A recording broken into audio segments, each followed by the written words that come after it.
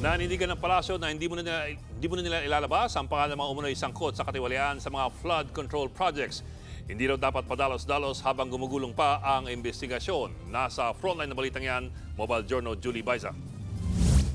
Hindi po siya maglalabas ng anumang mga listahan na hindi verified.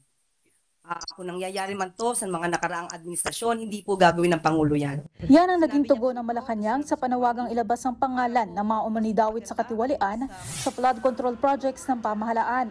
Ginit din ng palasyo na patuloy pang investigasyon. Hindi rin daw niya gagayahin ang anumang klase ng pagbabantalang. Mahirap po kasi na magdalos-dalos sa kilos ng mali pala at meron tayong inosenteng masabi at maapektuhan to. So dapat po verified lahat ang facts at pananagutin po ang dapat managot. At yan po ang gusto ko. Nitong Lunes, nanawagan si mamamayang Liberal Party List Representative Laila de Lima na ilabas na ng Pangulo ang mga pangalang hawak niya na sangkot sa mga kinurakot na flood control projects. Tama lang daw natutukan ng pamahalaan ng mga nasabing proyekto na binubuhusan ng pondo. We welcome any serious investigation.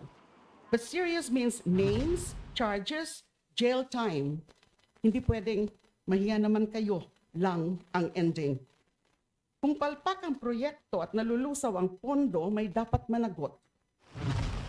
Dagdag pa ni De Lima, kung sisilipin lang din ng flood control projects, dapat din daw isama ang ibang maanumalyang proyekto.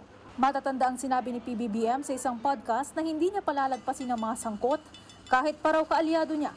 Sorry na lang. Hindi na kita kaalyado kung ganyan ang ginagawa mo. Ayaw na kitang kaalyado. Nauna nang ipinag-utos ng Pangulo ang pag-audit at pag-review sa mga proyektong pagtugon sa baha. Pero babala pa ng palasyo, kung ano po ang dapat na imbestigahan, hindi po tayo lilimita sa flood control projects. Kung may mga nagbabalita para sa News 5, Mobile Journal Julie Baiza ng 1PH. Mga kapatid, Ed Lingaw po, maging maalam at may pakialam sa mga napapanahong balita sa ating bansa. Para sa mas malilimang pagtalakay at paghimay sa mga issue at headlines, mag-follow at mag-subscribe sa social media pages ng News 5.